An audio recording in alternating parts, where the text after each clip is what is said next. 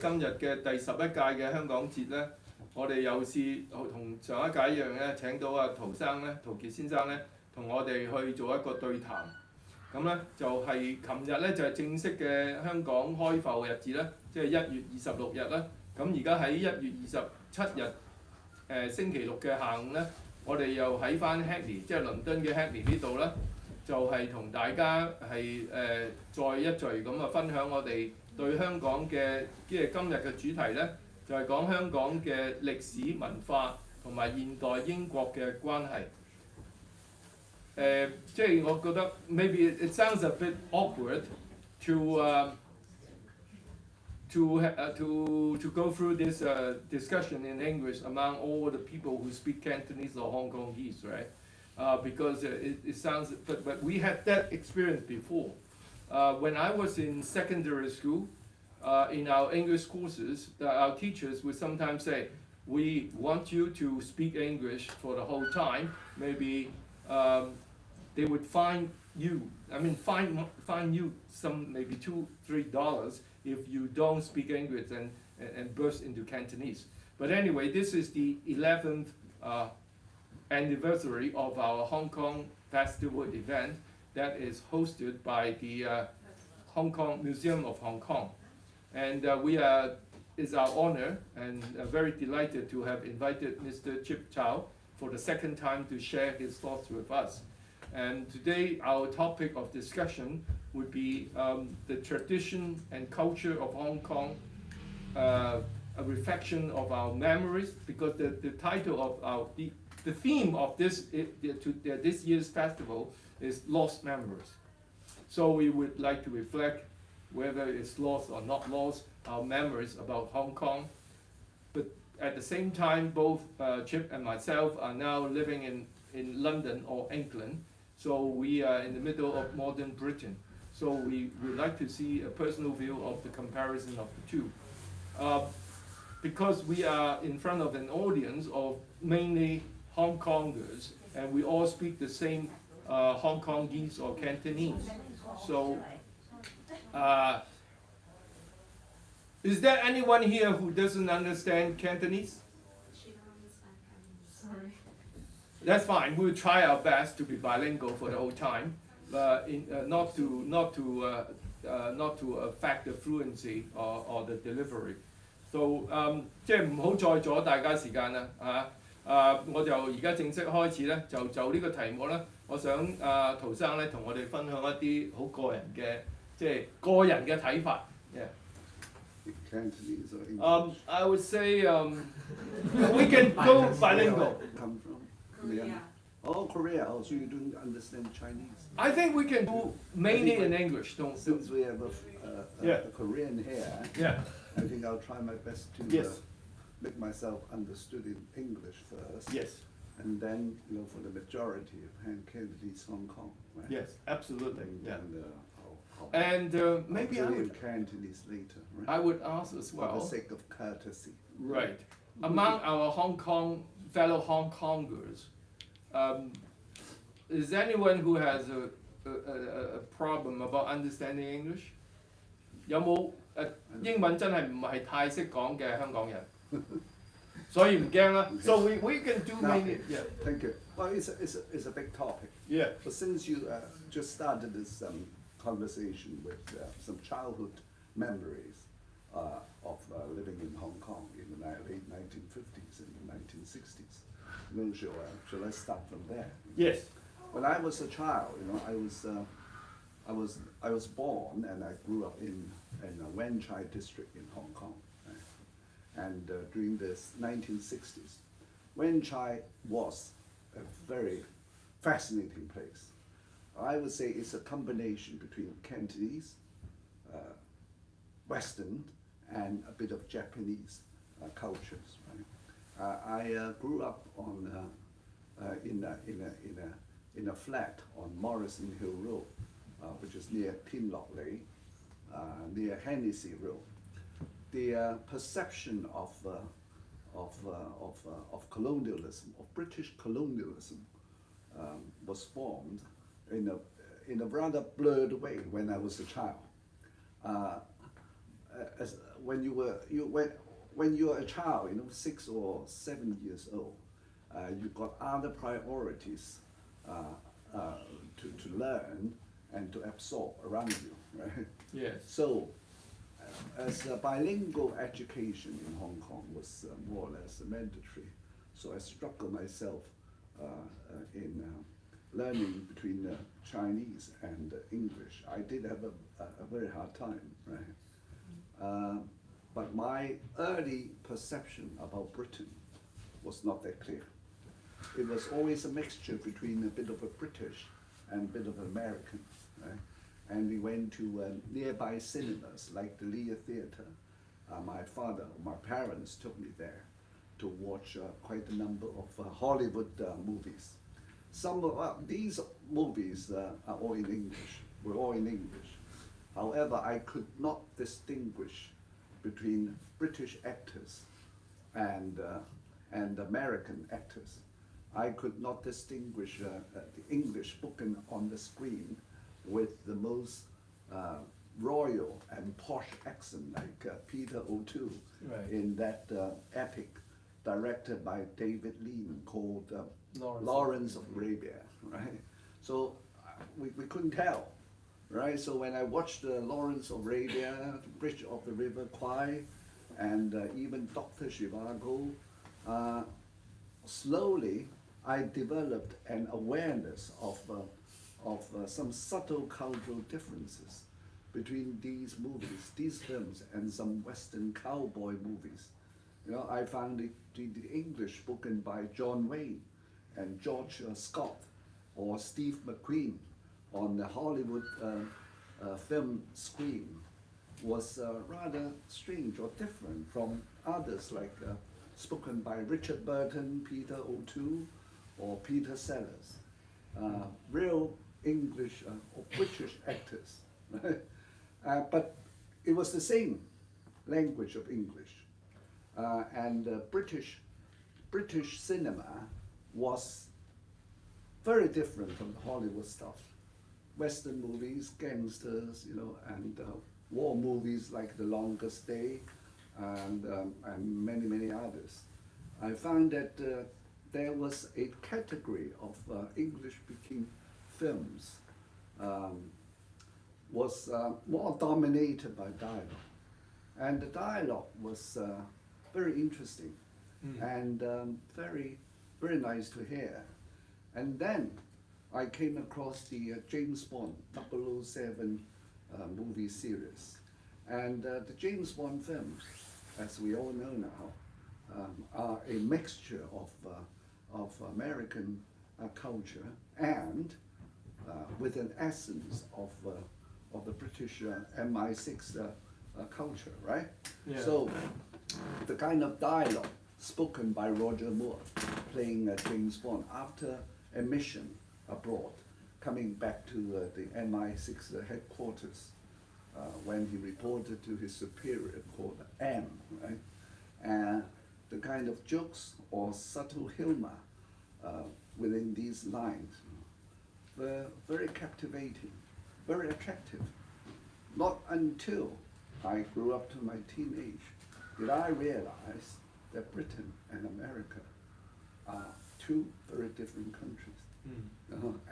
But in those days, as most Hong Kong people know, those who could not get up to, or those who didn't want to go to universities in Hong Kong would mostly choose Canada and the United States. Very few Hong Kong students would go to Britain to further their studies because there seemed to be a policy formulated by the Colonial Hong Kong Education Bureau that civil servants there were reluctant to promote British further education for local Hong Kong students. There is the British boarding school, which is very expensive for average Hong Kong parents to afford. And apart from that, state schools run by the British government would only take local British students. There wasn't a system of taking overseas students, especially those from Hong Kong. So without that educational link between the colony and Britain in the 1960s and 1970s, there were very few opportunities for us when we were children or when we were teenagers to understand the colonial power of Great Britain thoroughly, right? Except from some British films, and there were some British TV programs as well. You know, some British wrestling,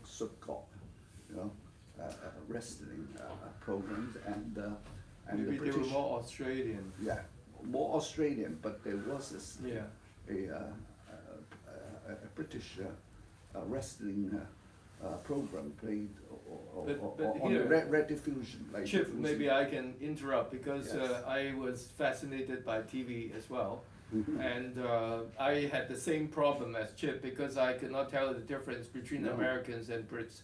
But then my favorite TV series was The Avengers, 七勇神探.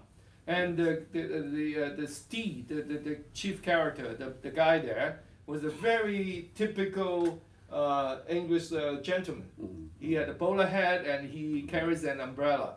But then after I saw Steed and Mrs. Emma Pugh a few times, I saw the street scenes. I know that it was supposed to be in London. So I gradually see the difference. But then the other favorite I had was The Man from U.N.C.L.E. You know, The Man from U.N.C.L.E. was a spy. But this spy was not CIA, was not MI6, was invented like a UNCLE as an international thing. I had no idea that the number 2 guy was actually a Russian, Elia, right? I did not know. But basically, we had this fondness of Western culture all in all, that's basically it. So it was in a general blurred or vague impression of Western foreigners, rather than a clear line of distinction between Americans and British. Well, some British TV programs on the red diffusion at that time were indeed British ones, like the one you mentioned, and the other one by Roger Moore, The Saint, yeah. you know, and plus some British stories, like detective stories like Sherlock Holmes. In those days, I was only reading the Chinese translation, and I came across names like Baker Street, right, London, and Dr. Watson, the kind of name, right, rang the bell rather remotely, you know, about somewhere, you know, different from New York, San Francisco, or Washington, right? But the British colonial government at that time was very clever, I think, to hide its own true cultural face behind a tapestry of signs like traffic lights, right? The crown symbol in the letterhead of the colonial government, and Radio Hong Kong, right? When I listen to Radio Hong Kong, I enjoy very much the perfect, in those days, old colonial, well, not colonial, old Oxford sounding accent. And not until I went to secondary school did I realize that American English is a different thing from British English. But still, we in Hong Kong, who grew up in the 1970s and 80s, we didn't have a very clear picture or a clear perception of what Britain would be like. In our eyes, all Western foreigners are the same. They dressed up smart. They could walk into the lobby of Oriental Mandarin Hotel, either in a formal suit or T-shirt, right, or even slippers, right. While we, as Hong Kong Chinese, would feel a little bit ashamed if we didn't put on the tie, right? And if we didn't dress up properly for a sip of afternoon tea in the Peninsula Hotel. There was a very clear sense of class in our mentality, or in our early perception about the colonial empire. Right? And I left Hong Kong and came to this country in the late 1970s. Soon after I landed here, I took a trip to Liverpool. The first trip to Liverpool was a shocking experience because it was in the early 1980s. Liverpool at that time was a slum, right? You know, a total slum, because it had been governed by the British Labour Council for decades.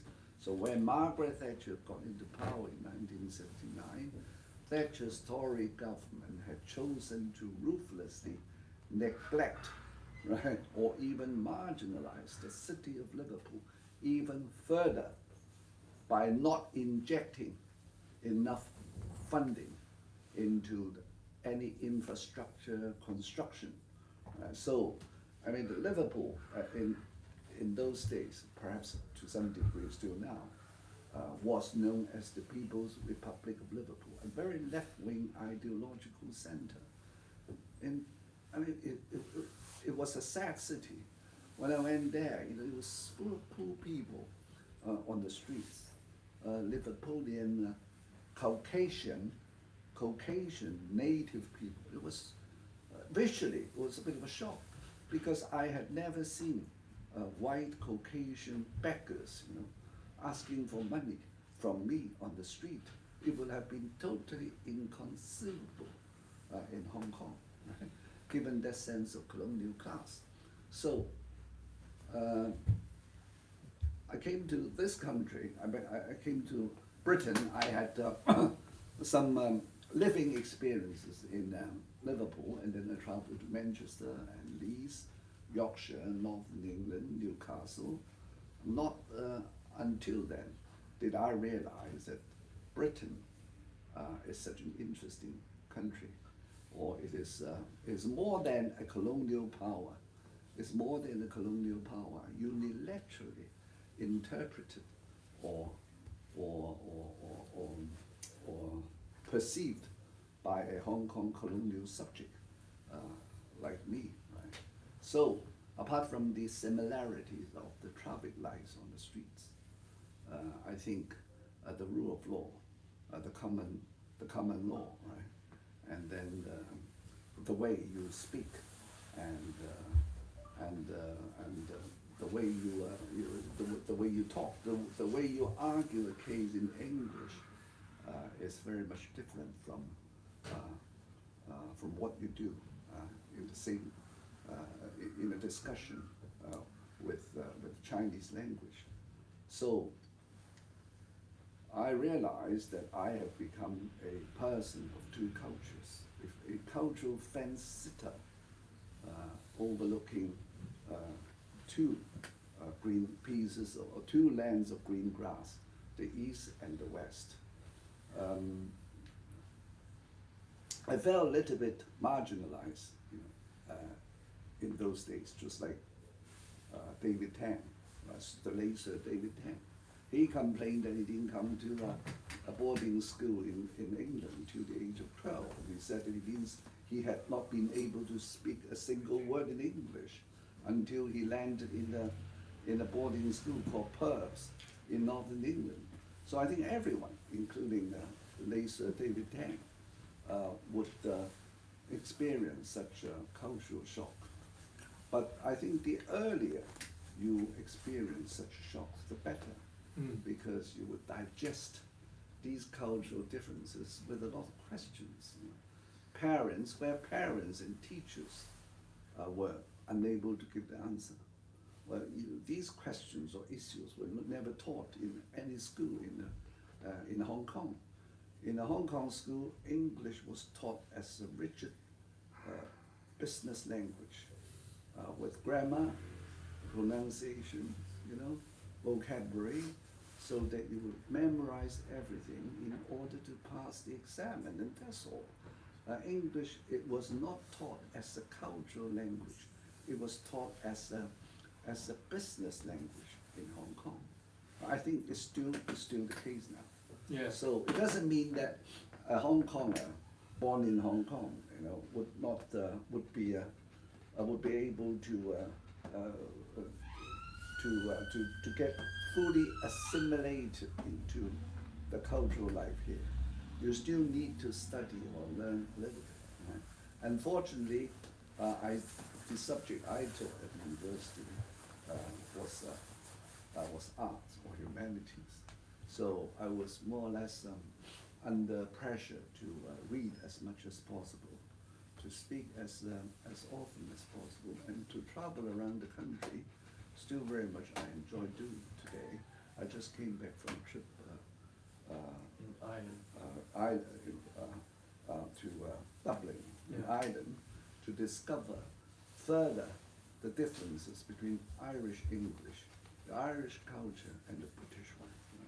So I mean, having been born and growing up in Hong Kong, I would say was a very good experience, and I consider myself very lucky indeed. Yeah. So that as Chinese, living in London, right? I would not, I would never go to St. Pancras railway station and challenge Dr. Kavanaugh in such a Chinese way. I'm very lucky, right? Don't touch her. I wouldn't speak You're English. not the same age. I wouldn't speak English. At least I wouldn't speak that kind of English. No, Stop touching her. Don't touch her. you're not the same age. You are not the same age. I think his pronunciation was perfect, but I don't get it. What's that do with age? If he's the same age as the girl, he could touch her, right? Yeah. Because yes, it's interesting to raise that, because What's through going learning on? English, through learning the language of English, you learn a sense of logicality as well. If Chinese is your first language, you think in a Chinese way, with an Oriental mindset, and there are blind spots and corners everywhere that you would not reach. Yeah. While using English as a language to write, or for writing and for thinking, I think you tend to be a person of greater rationality. Yeah. And I don't know why these mainland Chinese who live in London, Maybe for a long time. I don't know where they and how they were the English are taught in Beijing or Shanghai. Good question.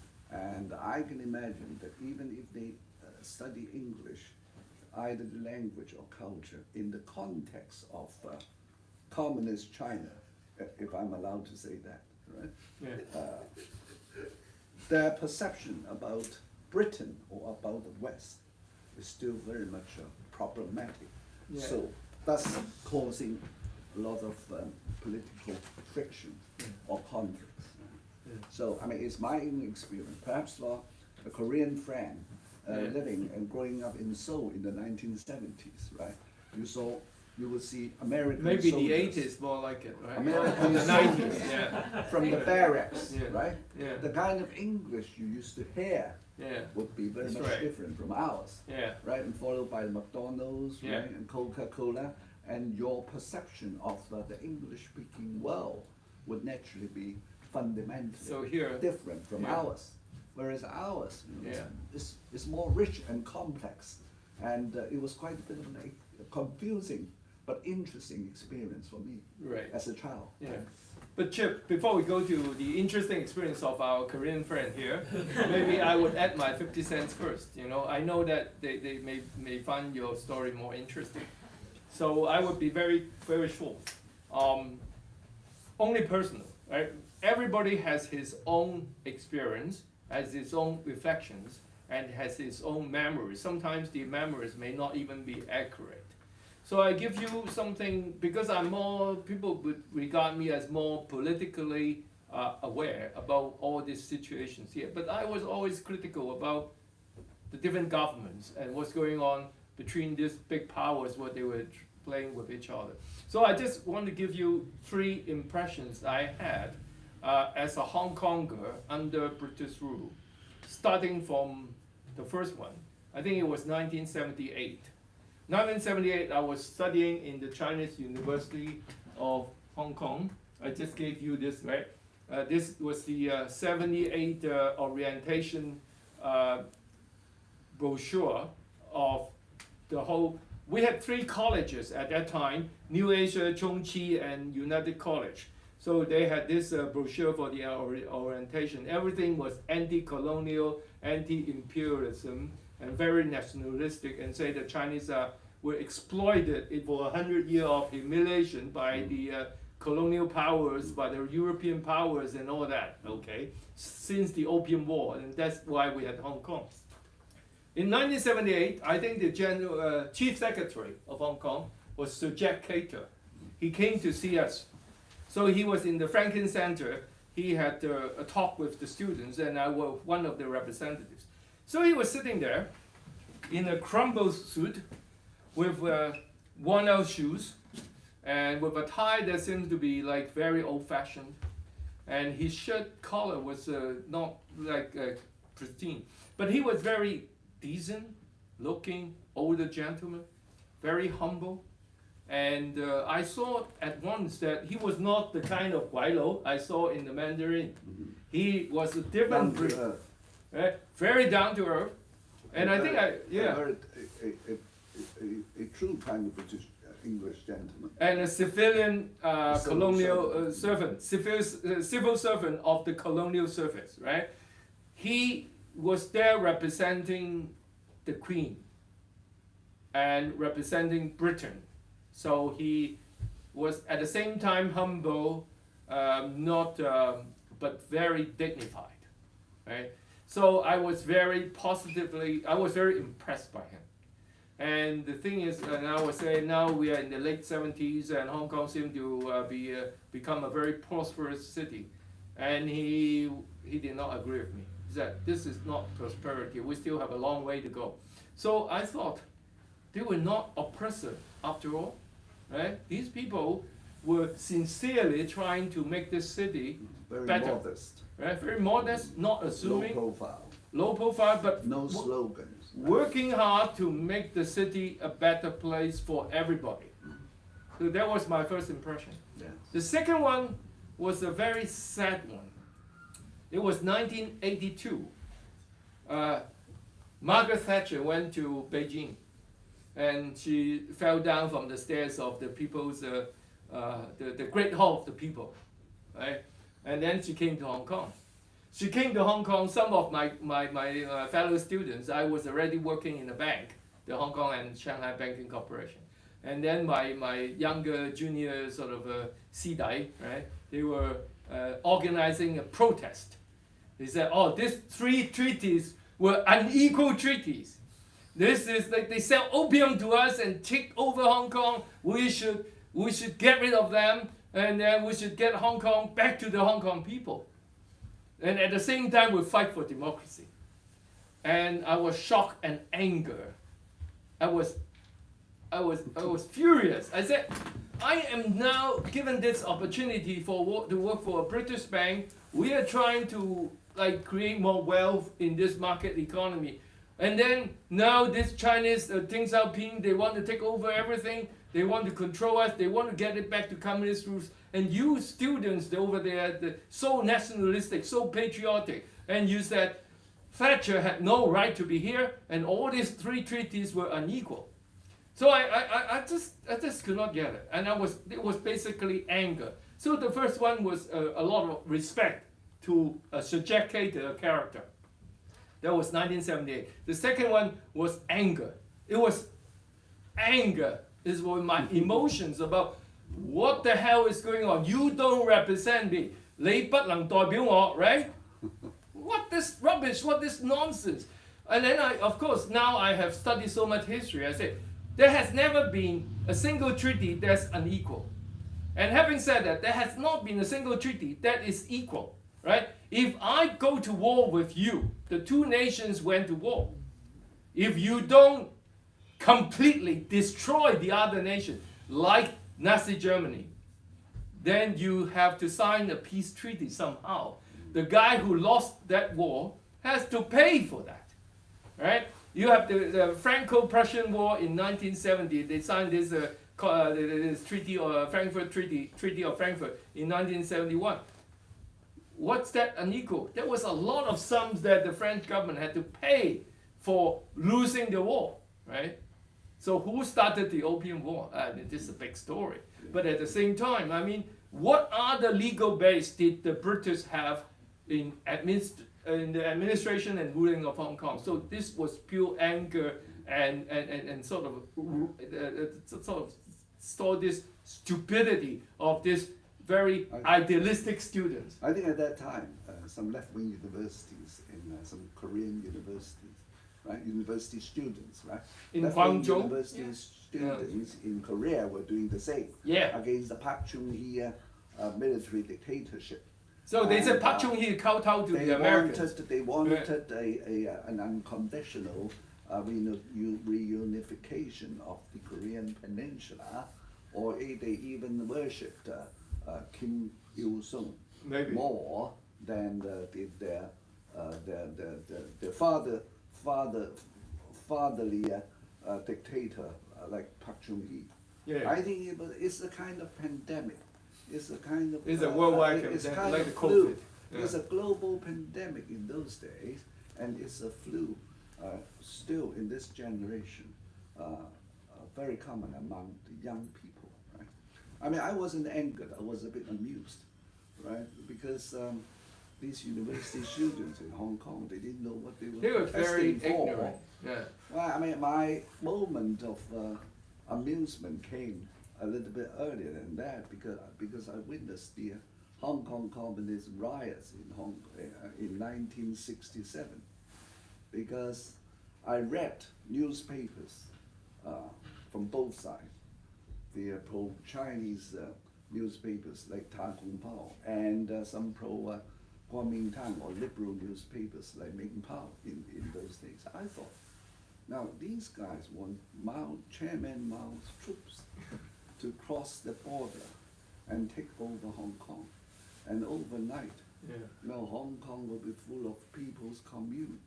Hong Kong property owners would be persecuted. Overnight, Hong Kong civil servants or even police force would be taken to the firing squad by Mao Zedong and Jiang Qing. I mean, do they really mean it? Do they know what they did they know what they were asking for? Here, Chip, I would add on to as I said, the English education. Yeah, because we were the same age. We are the same age, okay? So I was as old or young as Chip when the riots in 1967 happened. I was not sure I understood what's going on, but there were a lot of big character posters in Hong Kong, in Ma Tau Wai Do, Qing Zhou Ying Lai Chong, Green Island, is that Green Island Cement Company? Whatever. But the shock that came to me was that night my father came back from work and told me that a broadcaster of the commercial radio, Mr. Lam Bun, was burned to death. He died a few days after the attack. And my father was very shocked and sad, because you don't see this uncivilized acts of burning people alive, right? And then we said, these rioters, they were not really doing any good for Hong Kong. So, and also another friend of my father's, because my father worked for the government. He was a civil servant, but he was not a police force, but he was a translator for the government, but he worked in the police department. One of his friends, a police officer, was arrested for attacking the rioters, for using unnecessary violence, and then the court sentenced him to jail. So the family of the police officer were very devastated. So I remember that. I remember that. And it was not a fair trial. You know, you can't do that to the police officer. Very different from 2019, okay? Okay, I very quickly finished. I said there are three impressions I had about the Britain and Hong Kong and all these things that we were torn between. The last impression I had was the 30th of June, 1997. On that day, it was raining non-stop for the whole day, and I knew that something is going to happen. When we wake up in the morning, everything would be changed. So I went over the whole colony to take some pictures. I only took one object, the Union Jack flying. I went to the fire service, the police, the government offices, the post office, or maybe just some buildings I could see, and I took all these pictures of the Union Jack because I knew for sure the day after we would not see it. I just felt very sad that we are going to lose that forever. But I was not in any doubt that we would continue to make a lot of money. Because at that time, the Chinese market was booming. We had a lot of opportunities of investing in China with the open door policy. But I said, we as Hong Kongers grew up in British Hong Kong. Something is forever lost. So that was what I did. That was my third impression about this, like 1, 2, 3, 78, 82, and 1997. That's all I'm going to say before we can get into maybe Chip with follow-up, and then we have some Q&A. Well, fortunately, I have been told a number of good stories as a child. I was very impressed by, amongst all, Cinderella. You know, Cinderella's party would end when the clock strikes midnight. So, as a child, I was very impressed by that, and I always, I was constantly reminded by my father that there was a deadline of 1997 ahead when, as a child, you know. I remember one day my father was holding my hand, walking past Wan Chai Road, and all of a sudden he said, you know, Hong Kong will finish in the year of 1997. I said, what? Because that's where the treaty would expire. So he went on to explain all the issues of the three treaties to me. At that time I was about 8 or 9 years old. I was a little bit frightened because I loved the life of Hong Kong there. And my dad, my father, was still obsessed with his early childhood experiences, memories of war and famines. So he was a pessimist through his life. And fortunately, he foretold me all about this. Although he was working for a pro-Beijing newspaper, but he was never a Communist Party member because with his Shanghai bourgeoisie background, he had never been trusted. So, however, he told me about this. He constantly told me about this treaty expiry date. So I realized that the Cinderella party would finish. You know, so I have been trained Around midnight. Into a pessimist or cynic since I was young, since I was very small.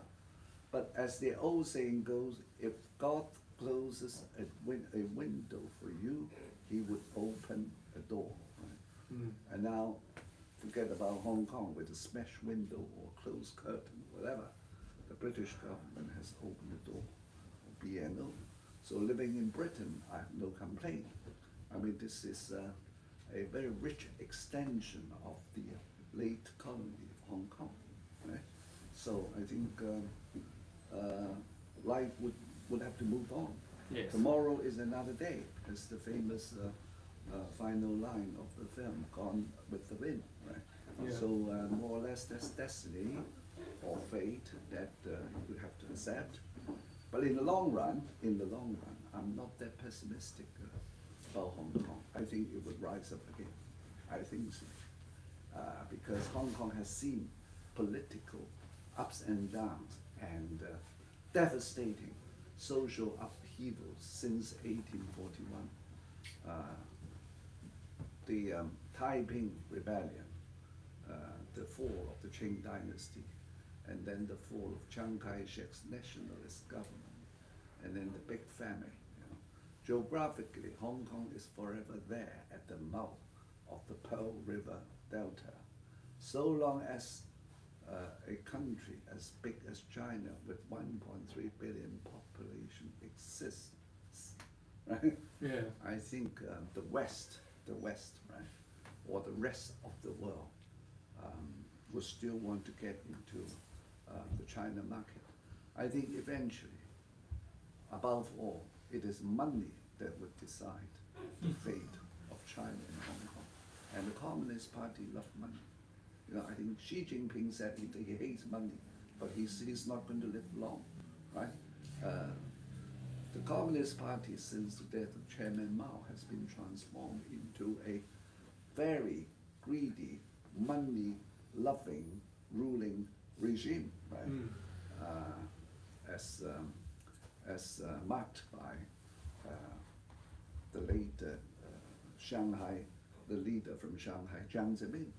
I think the whole people in China have been indoctrinated, yes, with Maoism and Marxism, but for the past 30 years, they have been indoctrinated with a greed for money, right? And their Cinderella party is being cut short by one man in Beijing. And I know everyone is feeling very pissed and angry. You know? Right. So I believe in the power of money.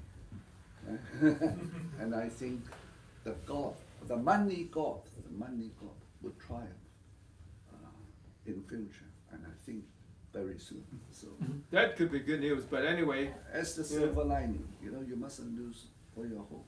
Right? yeah. You know, you mustn't lose your hope that the world, we are not going to make the world a better place, right? So I think we are into 2024, right?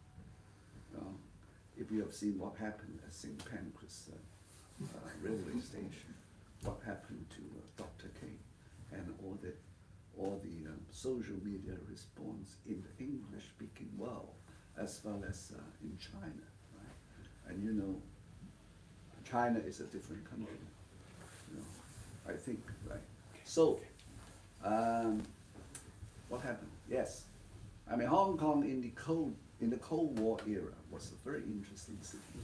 It was like the Casablanca of the Far East, as well as Shanghai in the 1930s. Right? And life is always interesting when different values clash and mix together, so that they don't grow into hostile antagonism.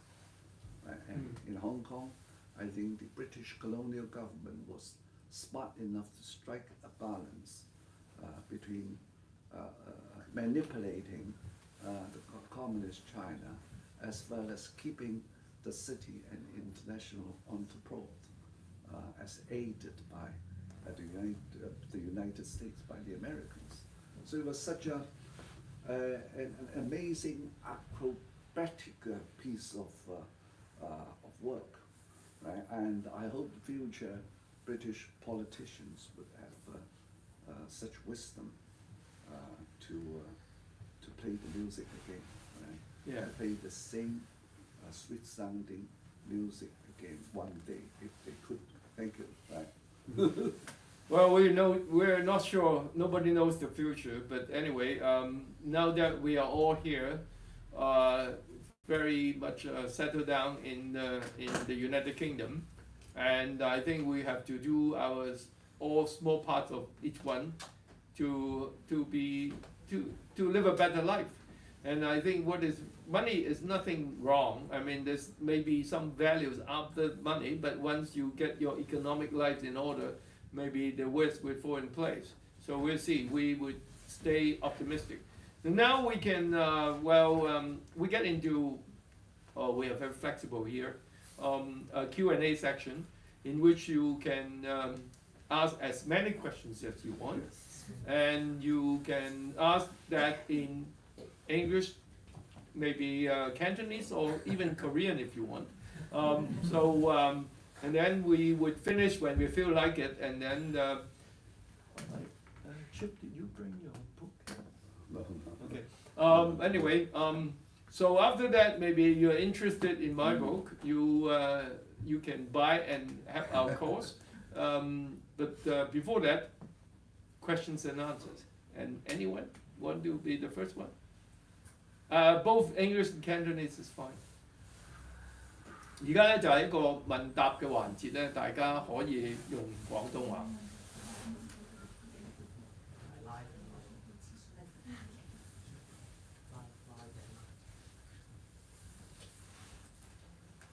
或者咁啦，我就各位 YouTube 嘅朋友，我哋而家就結束咗，我哋先至現場講呢個 Q&A， 可能會對啲現場嘅朋友嚟講係可能係方便啲，係咪？即係我哋嚇唔係我唔係我意思，即係話我哋直情係咪即係停咗個節目先至 Q&A？ 冇問題。咁各位 YouTube 朋友，我哋下次再見嚇。